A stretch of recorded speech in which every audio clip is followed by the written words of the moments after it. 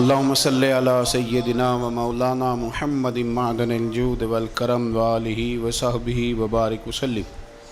تمام تعریفیں، حمد اور ثنا اللہ تعالیٰ جل جلالہ کے لیے۔ درود و سلام نبی رحمت نور مجسم شفیع معظم آقائے کل ختم رسول دانائے سبل احمد مجتبیٰ جناب حضرت محمد مصطفیٰ اعلیٰ تحیت و ثنا کی ذات والا صفات کے لیے حمد و صلات کے بعد آج یکم محرم الحرام ہے۔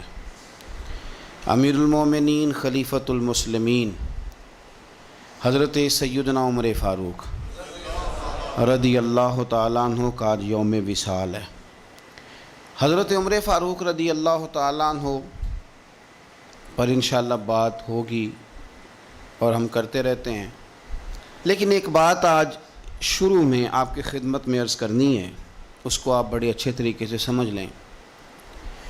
اعلیٰ حضرت فاضل بریلوی رحمۃ اللہ تعالیٰ علیہ سے کسی بندے نے مسئلہ پوچھا، یہ میرے سامنے فتاوی رضویہ شریف پڑھا ہے، اس کی 10ویں جلد ہے اور صفحہ نمبر 105 ہے۔ کسی نے مسئلہ پوچھا کہ سادات کرام کو زکوٰۃ کے پیسوں سے رقم دی جا سکتی ہے؟ سادات کو ظاہر ہے اس نے اعلیٰ حضرت کے زمانے میں پوچھا مسئلہ کہ آج کل جو سادات ہیں ان کو زکوٰۃ کے ساتھ ان کی مدد کی جا سکتی ہے؟ تو اعلیٰ حضرت نے اس کا جواب لکھا تفصیل کے ساتھ، چاہیے تھا بس اس کا جواب دے دیتے کہ نہیں دی جا سکتی، لیکن صفحہ نمبر 105 پر فرماتے ہیں، سارا جواب دے کے نا پیچھے کہ جائز نہیں، صفحہ نمبر 105 پہ فرماتے ہیں کہ یہ کیا بات ہوئی کہ تم نے ان کو زکوٰۃ ہی دینی ہے؟ فرمایا اس طرح کرو، اپنے خالص مال میں سے جس میں 1 روپیہ بھی حرام کا نہ ہو، خالص مال لو اور عقیدت کے ساتھ جاؤ اور سید کی بارگاہ میں ہدیہ پیش کر کے آؤ۔ سید کی بارگاہ میں ہدیہ پیش، اہل بیت نبوت کا جو پیار ہے وہ ایمان ہے، وہ حسن ہے۔ یار یہاں تو لوگوں نے الجھا دیا بہت ساری چیزوں کو۔ اہل بیت نبوت اور ان ہستیوں کا جب آپ نام لیں تو آپ کے نام لینے سے محبت چھلکنی چاہیے۔ یہ صبح و شام یہ جو دن آپ آئے ہیں نا، تو گھروں کے اندر ہمارے بچوں کے درمیان جب ہم بیٹھے ہیں تو ہمارا لب و لہجہ بتائے کہ ہم رسول اللہ کی اولاد کے غلام ہیں، ہمارا ایک خاص حسن ہو، ایک خاص پیار ہو۔ 10 محرم کو نیاز پکائیں نا، نیاز تو اس طرح کی نیاز نہ پکائیں جس طرح کی روٹین میں ہم نیاز پکاتے ہیں کہ میں نے دے دیا ہے 5000 روپیہ، مسجد میں چاول پک جائیں گے اور چاول پکا کے تو بانٹ دو۔ اپنے دوستوں کی جب دعوت کرتے ہو تو اس طرح کرتے ہو؟ آپ تو ڈھونڈ کے لاتے ہو کہ ہوٹل کون سا اچھا ہے۔ کبھی ایسا بھی ہوا ہے کہ ٹینٹ والے برتنوں میں آپ نے کھانا دے دیا ہو، دوست آئیں اور نیاز ہو امام حسین کے نام کی اور تیرے برتن بھی دھلے ہوئے نہ ہوں، تجھے پتہ ہی کوئی نہ ہو؟ میری والدہ صاحبہ کہا کرتی تھی کہ جس نے 10 محرم کو لنگر بانٹنا ہے نا، جس نے پکانا جس نے وہ تو الگ بات، جس نے بانٹنا ہے وہ بھی وضو کر کے آئے، وہ بھی وضو کرے۔ وہ سادے لوگ تھے لیکن عقیدتوں سے بھرپور تھے۔ یہ بحثوں میں نہ الجھیں کہ وہ فلانا کیا کہہ رہا ہے، فلانا کدھر جا رہا ہے، وہ فلانے چونکہ ادھر جا رہے ہیں۔ ہم کسی کی ضد میں کیا اہل بیت سے پیار کریں گے یا کسی کے کہنے پر پیار کریں گے؟ اہل بیت ہمارا ایمان ہے۔ ہماری اولادیں اور ہماری اولادوں پر جتنا کرم اللہ کرتا ہے، اور اللہ نے ہمیں جو کچھ دیا ہے یہ مصطفیٰ کی اولاد کا صدقہ ہی تو دیا ہے۔ آپ کدھر نکل گئے؟ سنو، میں فتاوی رضویہ پڑھ رہا ہوں، اہل سنت کے امام کی بات کر رہا ہوں۔ سنو، حدیث پاک لکھی ہے اعلیٰ حضرت، 2 حدیثیں لکھی ہیں، ذرا حسن دیکھنا۔ پہلی حدیث کے راوی خود مولا علی شیر خدا ہیں، اور اعلیٰ حضرت رحمۃ اللہ علیہ کنز المال اور ابن عساکر کے حوالے سے حدیث لائے ہیں۔ کیا خوبصورت انداز ہے میرے رسول پاک صلی اللہ، یہ مسئلہ بیان کرتے ہوئے نا کہ سادات کو ہدیہ دو، زکوٰۃ نہ دو، ہدیہ دو، خدمت کرو، یہ مسئلہ بیان کرتے ہوئے اپنی بات کو مضبوط کرنے کے لیے 2 حدیثیں لائے اور فرمانے لگے کہ مولا علی شیر خدا رضی اللہ تعالیٰ عنہ فرماتے ہیں کہ میں نے خود اپنے پیارے حبیب سے سنا ہے، نبی پاک صلی اللہ تعالیٰ علیہ وسلم نے ارشاد فرمایا کہ جو میرے اہل بیت کے ساتھ اچھا سلوک کرے گا میں خود قیامت کے دن اسے صلہ عطا کروں گا۔ یہ حدیث مولا علی شیر خدا سے روایت ہے، اور جو اگلی حدیث اعلیٰ حضرت نے لکھی ہے تاریخ بغداد کے حوالے سے، اس حدیث کے راوی امیر المومنین حضرت عثمان غنی رضی اللہ تعالیٰ، حضرت عثمان غنی راوی ہیں. اور ذرا جملے دیکھیے نبی پاک صلی اللہ علیہ وسلم نے کیا فرمایا. یہاں اہل بیت کے لفظ نہیں، پچھلی حدیث میں اہل بیت کا لفظ تھے، یہاں اہل بیت کے لفظ نہیں. اللہ کے محبوب صلی اللہ تعالیٰ علیہ وسلم فرمانے لگے جو شخص بھی عبد المطلب کی اولاد کے ساتھ دنیا میں کوئی نیکی کرے، میرے دادا کی اولاد کے ساتھ، فرمایا جو بھی عبد المطلب کی اولاد کے ساتھ دنیا میں کوئی نیکی کرے. او یار سننا، کبھی اس طرح بھی ہوتا ہے، کبھی اس طرح بھی کہ بیٹی غریب ہو. میں مثال دے کے بات سمجھانے لگا ہوں. یا بچے کسی جگہ بھی وہ تعلیم حاصل کر رہے ہوں تو باپ جاتا نہیں کنٹین پہ جا کے کہہ دیتا ہے کہ میرے بچے جو مانگے دے دینا، مہینے کے بعد بل بنے گا تو میں ادا کر دوں گا، یا جو مانگے دے دینا. ٹیچر سے کہتا ہے بچے کو چیزیں دے دینا، پیسے میں دے دوں گا. میرے جو بچے ہوئے، دیکھو حسن دیکھو میرے رسول پاک علیہ السلام نے جو بیان کیا. اللہ کے محبوب صلی اللہ علیہ وسلم فرمانے لگے جس نے عبد المطلب کی اولاد کے ساتھ دنیا میں کوئی نیکی کی، فرمایا اس کا صلہ مجھ پر لازم ہے، اور صلہ میں اسے تب دوں گا جب قیامت میں میری اور اس کی ملاقات ہوگی. جب قیامت میں میری اس سے ملاقات ہوگی تو میں خود اسے صلہ دوں گا، میں خود اسے صلہ دوں گا، میں صلہ دوں گا. قربان جائیں اعلیٰ حضرت بریلوی پر. اعلیٰ حضرت فرمانے لگے جو حضور نے دینا ہے وہ تو دینا ہی ہے، اور پتہ نہیں کیا کچھ دینا ہے. فرمانے لگے اتنا تھوڑا ہے کہ حضور نے فرمایا جو عبد المطلب کی اولاد سے نیکی کرے وہ قیامت میں مجھ سے ملے گا. تو یہ بہت بڑا صلہ نہیں کہ جو حضور کی اولاد سے پیار کرے وہ قیامت میں حضور سے ملے گا. جان دے دی وعدہ دیدار پر، تو وعدہ کریں دیدار کا، جان دینے کو تیار ہیں.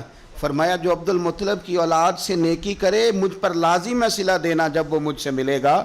اور یارو کھل کے پیار کرو میرے محبوب کی اولاد، سیدہ پاک سے، شیر خدا سے، امہات المومنین سے، حضور کی شہزادیوں سے، نبی پاک کے حسن سے، حضور کے حسین سے. یار تو بات سمجھنا، کسی کو چنبیلی کا پھول پسند ہے، کسی کو گلاب کا پھول پسند ہے. مدینے والے رسول فرمانے لگے یہ حسن اور حسین میرے پھول ہیں، یہ میرے پھول ہیں، پھول حضور سونگا کرتے. اعلیٰ حضرت فرماتے ہیں کیا بات رضا اس چمنستان کرم کی، زہرا ہے کلی جس میں حسن اور حسین پھول، زہرا ہے کلی جس میں حسن اور حسین. بس کسی نے سادی بات کہی، پریشاندار کہہ دی. اس نے کہا عظمت آل نبی بھول نہ جانا لوگو، اور دیکھنا غیر کی باتوں میں نہ آنا لوگو. یہ چھلکے آپ کی طبیعت بتائے کہ آپ کو حضور کی اولاد سے بڑا ہی پیار ہے، آپ کو نبی پاک کے خاندان سے بڑا ہی پیار ہے. تو باہر کیا یہ بات میں نے شروع میں اس لیے کر دی کہ ذرا نہ کھل کے پیار کرنا ہے حضور کی اولاد. اور یاد رکھیں حضور کی اولاد سے پیار کاری ہو سکتا ہے جس کے سینے میں ابو بکر صدیق بھی رہتے ہوں. ہمیں تو حضور کی اولاد کا ادب بتایا ہی فاروق اعظم نے، یہ سبق پڑھایا ہی عثمان غنی نے. وہ بڑے نا سخت مزاج، اصولوں پر پابند آدمی تھے حضرت عمر بن عبدالعزیز. خاندان کے ایک دو لوگ ایک دو دفعہ سفارش کرانے آئے کسی بات کے لیے حضرت عمر بن عبدالعزیز سے. تو آپ نے نا عملے کے لوگوں سے کہا آج کے بعد میرے خاندان کا کوئی بندہ ہے تو اندر نہ آنے دینا، یہاں کوئی اقربا پروری نہیں چلے گی، خبردار کوئی قریب نہ آئے. لیکن ایک دن نا امام حسن کی اولاد میں سے ایک شہزادے آ گئے. تو جناب عمر بن عبدالعزیز کو پتہ چلا امام حسن کی اولاد ہے. میں آپ کو قسم اٹھا کے کہتا ہوں، قسم میں نے کبھی نہیں اٹھائی، قسم اٹھا کے کہتا ہوں کہ میرے مرشد کا پوتا کبھی ملے تو میں پیر چومنے کو تیار ہوں. اور میری شرط بھی کوئی نہیں کہ وہ عالم فاضل ہو، کیا ہو، اصلہ نال جو نیکی کریے وہ نسلاں تاک نہیں بھول دے. جن لوگوں نے کرم ہمارے اوپر کر دیا پھر ہم ان کی قرآن نے نہیں کہا وَقَانَ أَبُوهُمَا صَالِحًا. موسیٰ کہتے ہیں میں اس لیے دیوار سیدھی کر رہا ہوں، بچوں کا خزانہ ہے، اور ان کا باپ نیک آدمی تھا، وہ 7ویں پشت میں نیک تھا تو اتنی قدر ہو رہی ہے. مجھے اپنے کسی استاد کا بچہ فون کر دے تو میں چپ کر جاتا ہوں، میں کہتا ہوں یار بات ٹھیک ہے، اصلہ نال جو نیکی کریے تو نسلاں تاک نہیں بھول دے. تو امام حسن رضی اللہ تعالیٰ عنہ کی اولاد میں سے ایک شہزادے آ گئے، حضرت عمر میرا خاندان کا بندہ کوئی نہ اندر آئے. کسی نے کہا یہ امام حسن کی اولاد ہے. تو جناب عمر بن عبدالعزیز نے ممبر چھوڑا، تخت چھوڑا، شہزادے کو تخت پہ بٹھایا، پھر دونوں آنکھوں میں آنسو اور دونوں ہاتھ باندھ دیے. کہنے لگے شہزادے آج کے بعد آپ نے آنا نہیں، کوئی حکم ہو تو رکھا لکھ دیں، اور اگر پھر بھی مجھ سے ملنا ہو تو مجھے حکم کر دے، عمر بن عبدالعزیز چل کے آپ کے پاس حاضر ہو جائے. تیری نسل پاک میں ہے بچہ بچہ نور، تو ہے عین نور تیرا سب گھر. تو ذرا ہوش سے ذرا تھوڑا سا نا ہماری کیفیت بتائے کہ ہمیں حضور کی اولاد سے بڑا ہی پیار ہے. اور ایک بات اور، سید کا بس صحیح العقیدہ ہونا شرط ہے. صحیح العقیدہ ہو، صاحب ایمان ہو. باقی آپ بحث نہ کریں کہ نمازیں کتنی پڑھتا ہے، عالم فاضل کتنا ہے. بزرگ فرماتے ہیں قرآن کا صفحہ اگر کبھی کیچڑ میں بھی گر جائے نا، اس پہ پیر نہیں رکھا جاتا، اسے پھر بھی دھو کے چوما ہی جاتا ہے، کیونکہ وہ صفحہ قرآن کا ہے. فرماتے ہیں تو سید پہ بحث نہ کر کے نیک کتنا ہے اور پرہیزگار کتنا ہے، کرتا کیا ہے، تو اپنے اعمال پہ غور کر اور یہ سمجھ یہ کوئی عام نہیں، یہ خون رسول ہے. اعلیٰ حضرت حضور کے بچوں کی شان بیان کرتے ہیں تو کہتے ہیں آب تطہیر سے جس میں پودے جمے. یعنی یہ جو سیدہ فاطمہ کے بچے پیدا ہوئے ہیں تو یہ آب تطہیر سے جس میں پودے جمے، اس ریاض نجابت پہ لاکھوں سلام. تو بڑی تسلی سے، بڑے ذوق سے، بڑے شوق سے منقبت سنیں پورا یہ محرم کے دار. بحث نہیں کریں، مہربانی کرنی ہے آپ نے، بحث شحث نہیں کرنی. میں نے آپ کو پہلے بھی بتایا تھا، پھر کہہ دیتا ہوں. میری اماں جی مینوں 10 محرم تو پہلے کہنا ٹوٹیاں لیا دے، کھیر ونڈنی ہے، مینوں لین جانیاں پیندیاں سن.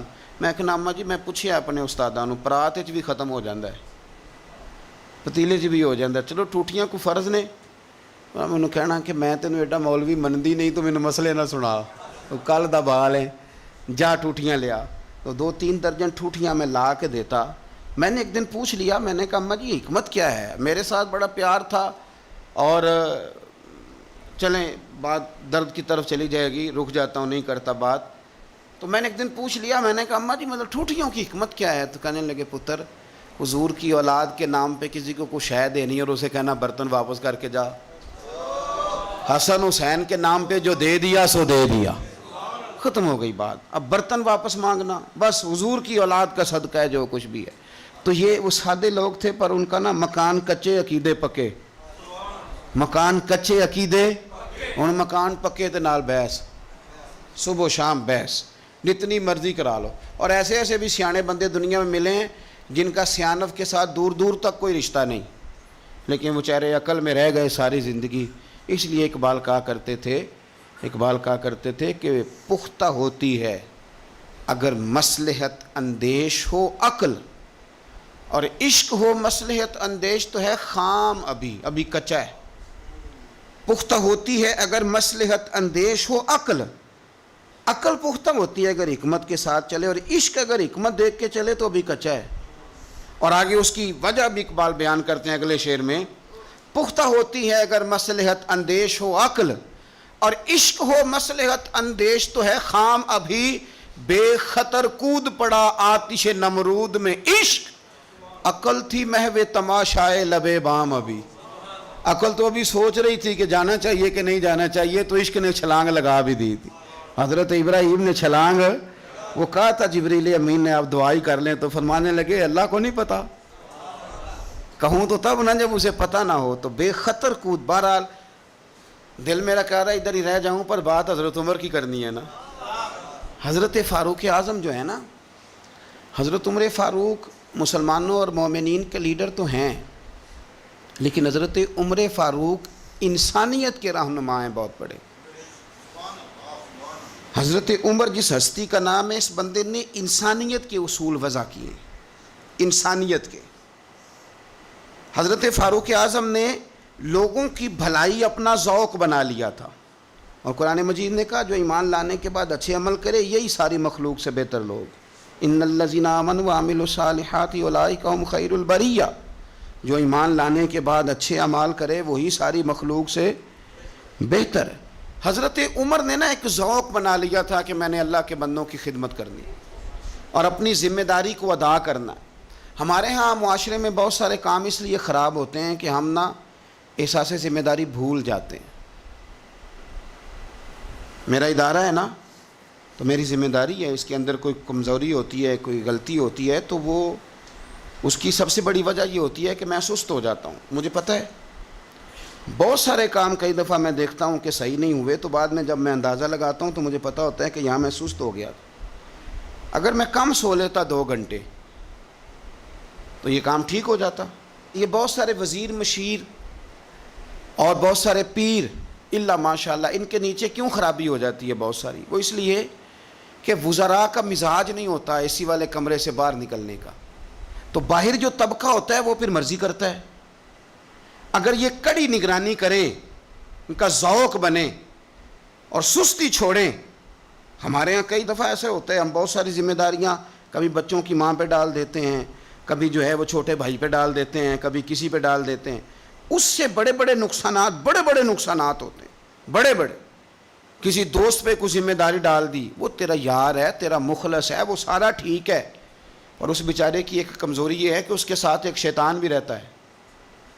ضروری نہیں کہ وہ جان بوجھ کے کوئی غلطی کرے، اس کی نگرانی کر، اس کا احتساب کر، اس پر توجہ دے کہ وہ کیا کر رہا ہے۔ حضرت فاروق اعظم رضی اللہ تعالیٰ عنہ نے چھوٹی چھوٹی باتوں پہ توجہ کی، اور آپ نے ایک اصول بنایا۔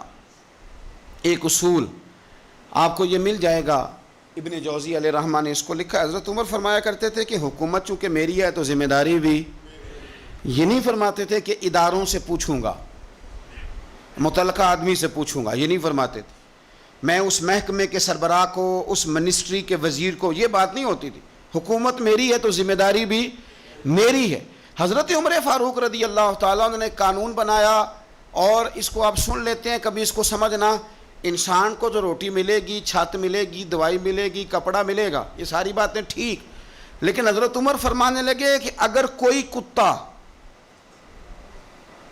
بغیر پانی پیے مر گیا فرات کے کنارے صحرا میں، یعنی اس تک پانی نہیں پہنچا، انسان کی بات نہیں، یہاں تو عورتوں کو اسپتال میں جگہ نہیں ملتی تو وہ رکشے میں بچے پیدا کر لیتی، یہاں تو بہت سارے لوگ ایسے ہیں جنہیں دوائی میسر نہیں آتی اور وہ مر جاتے ہیں۔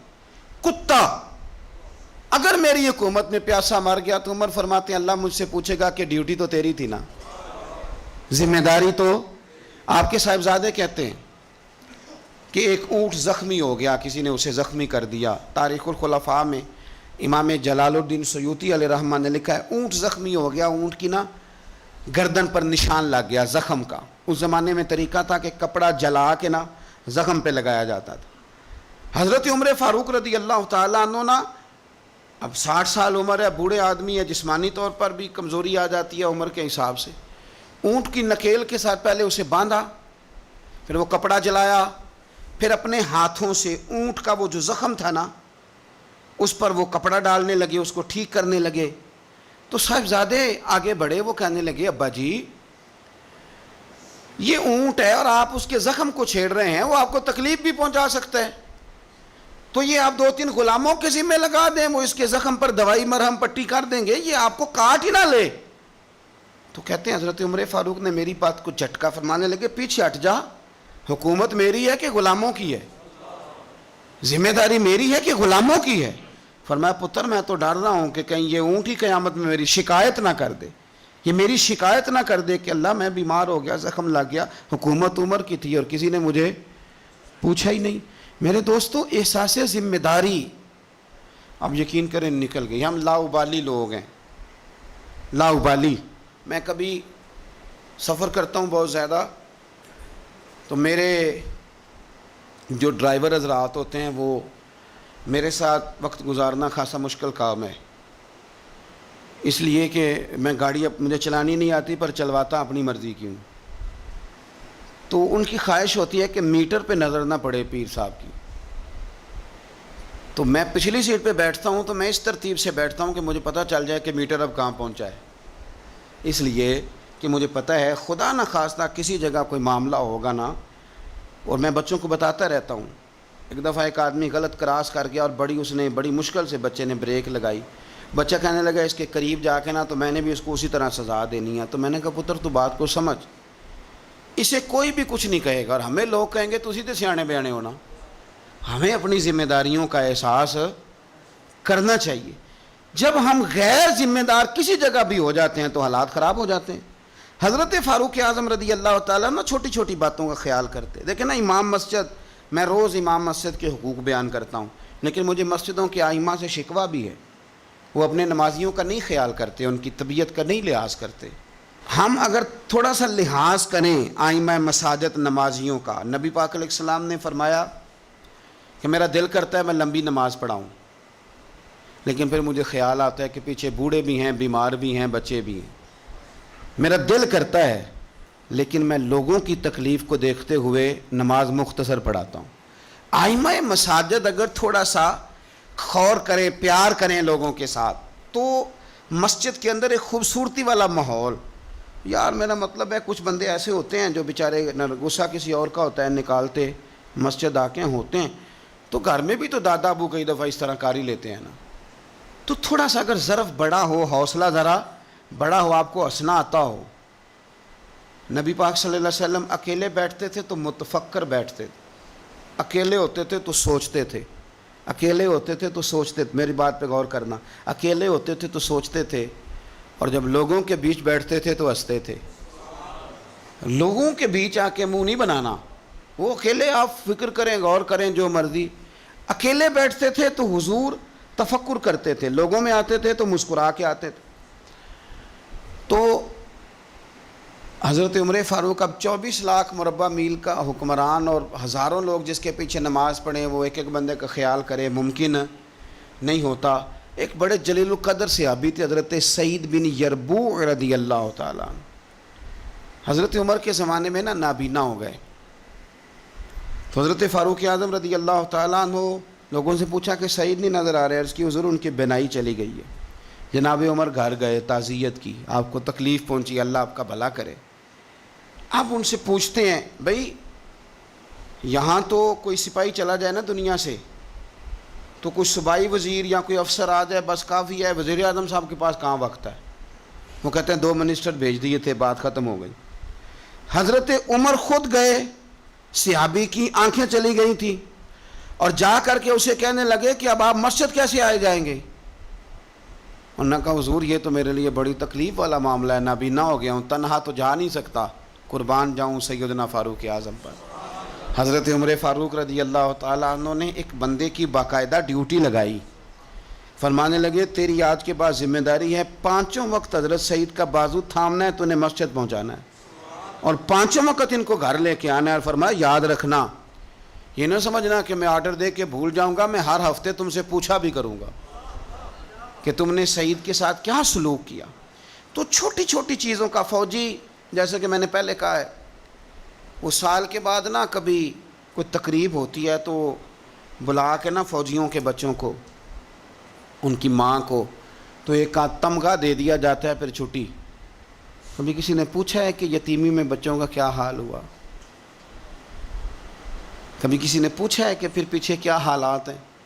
میں کوئی لسٹ نہیں بیان کرتا، لیکن میں ثبوت رکھتا ہوں کہ جن کے لیے ترانے پڑے گئے اور بہت بڑی انٹرنیشنل کانفرنسیں کی گئیں اور میڈیا میں بڑا کچھ دکھایا گیا، ان کے بچوں پر وہ وقت بھی آیا کہ انہوں نے روٹی مانگ کے کھائی۔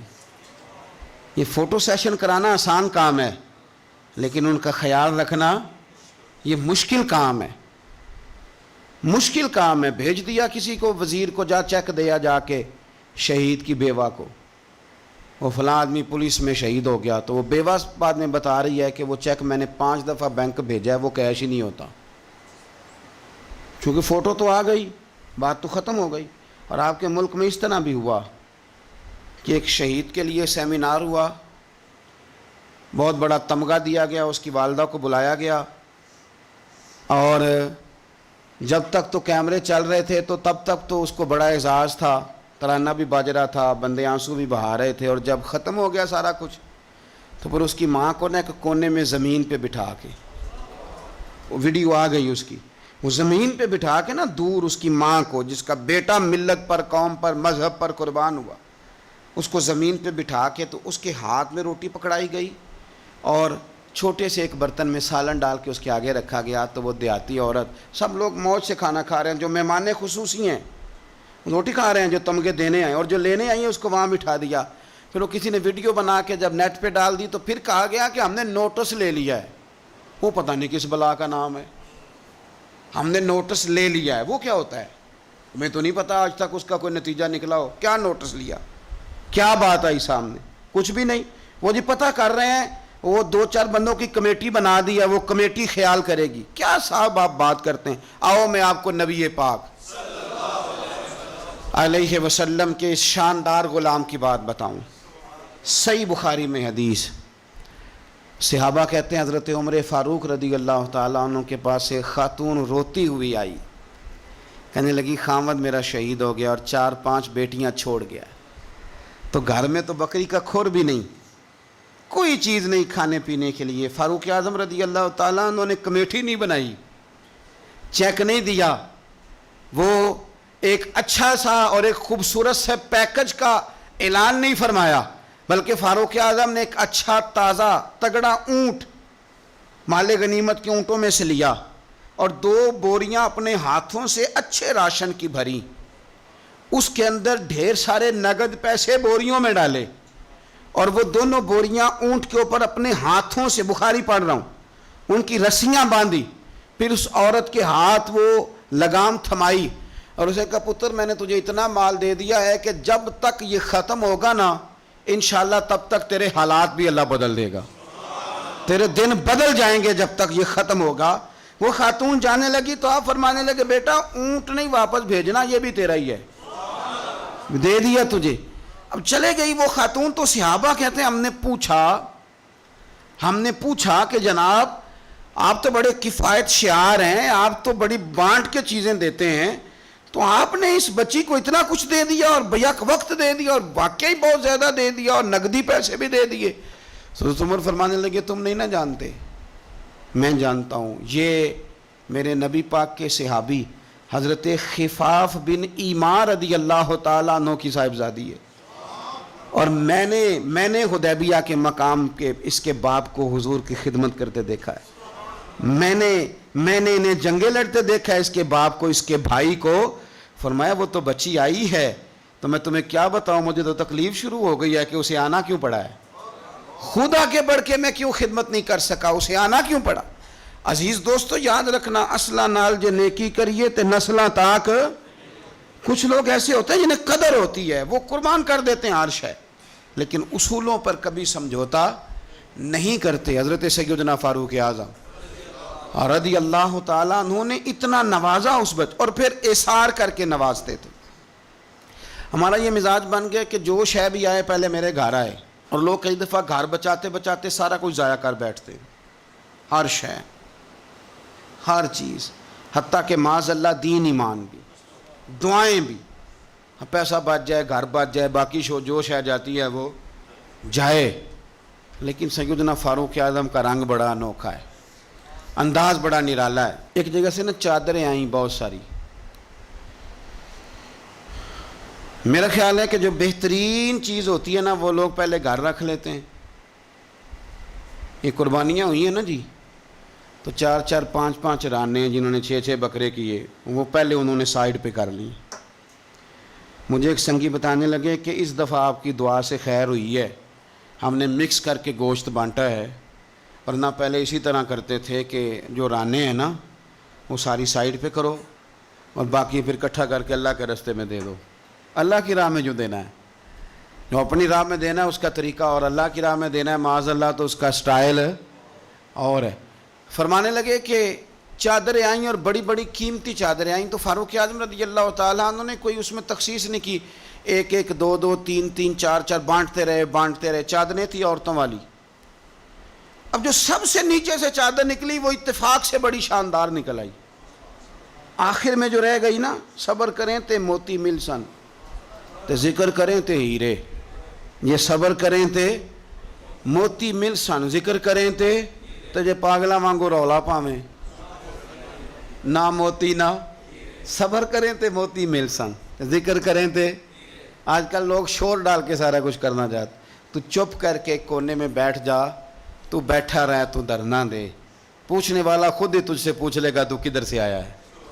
وہ ختم ہو گئی بات. صبر کیا نا جب, وہ چادریں ساری, تو ایک چادر اب اپنے گھر والوں کے لیے انہوں نے چادر ابھی دینی تھی, وہ سب سے نیچے قیمتی چادر نکل آئی. تو چادر بڑی حسین ہے اور باری بھی حضرت عمر کی لگ گئی. ان کے گھر جانی تھی چادر ان کی اہلیہ کے لیے. تو ایک صحابی کہنے لگے یہ آپ کی زوجہ جناب ام کلثوم رضی اللہ تعالی عنہا پر بڑی جچے گی چادر، بڑی حسین ہے، اور یہ خاتون اول کو بڑی جچے گی۔ تو حضرت عمر کہنے لگے ام سلیت رضی اللہ تعالی عنہا ایک خاتون ہے، یہ چادر انہیں دوں گا۔ کہا ان کو کیوں دیں گے؟ فرمانے لگے اس لیے کہ احد میں جب بہت سارے لوگ زخمی ہو گئے تھے تو میں نے اس بی بی کو دیکھا تھا مسکیزہ اٹھا کے نبی پاک کے غلاموں کو پانی پلا رہی تھی۔ تو یہ خوبصورت چادر اس کے حصے میں آئے گی جس نے رسول اللہ کے دین کی خدمت کی۔ وہ حضرت عمر نے بتایا جو حضور کے دین کی خدمت کرتے رہے ہم ان کی خدمت کرتے رہیں گے۔ فوجیوں کو بھیجتے تھے نا جب آپ جہاد پر، تو پیچھے سے فوجیوں کے گھروں میں جاتے تھے صبح خود۔ میں پہلے کہہ چکا ہوں کہ یہ نہیں کہتے تھے کہ محکمے والوں کی ڈیوٹی لگا دی ہے، خود جاتے تھے اور فوجیوں کے گھر والوں سے پوچھتے تھے کوئی سبزی تو نہیں منگانی کہ نہیں حضرت عمر، کوئی سودا تو نہیں منگانا؟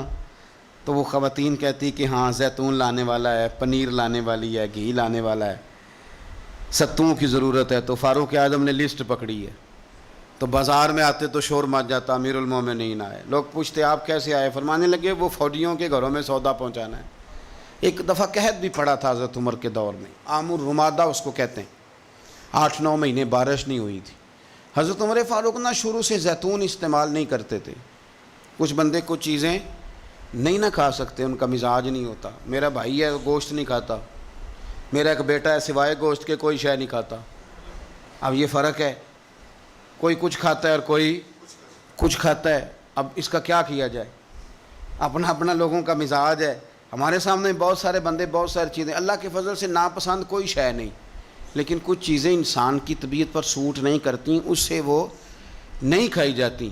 یہ الگ بات ہے کہ لوگ پیر صاحب کو بلیک میل کرتے ہیں، کہتے ہیں کھائیں، ہم نے وضو کر کے پکائی ہے، یا آپ نے وضو کر کے پکائی ہے تو وہ جو دوائی کھا کے ہضم کرے گا، تو آپ مہربانی کریں، وہ نہیں کھانا چاہ رہا تو آپ اس کو تھوڑی سی گنجائش ہی دے دیں۔ تو حضرت عمر فاروق زیتون استعمال نہیں کرتے تھے، ان کی طبیعت کو تکلیف دیتی تھی۔ اب قحط کا زمانہ ہے، آپ کا مزاج تھا گھی کے ساتھ سالن پکتا تو کھاتے، تو قحط پڑا نا تو گھی بہت مہنگا تھا اور زیتون سستا تھا، تو حضرت عمر نے کہا سارے زیتون ہی کھائیں گے۔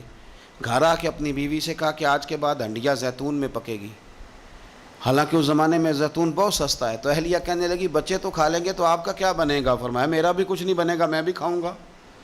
اب ایک آدمی نے ایک چیز کبھی نہیں کھائی پھر وہ روز کھانی پڑے، 4-5 دن بیت گئے تو پیٹ سے گڑ گڑ کی آوازیں آنے لگیں، اس نے پیٹ خراب کر دیا۔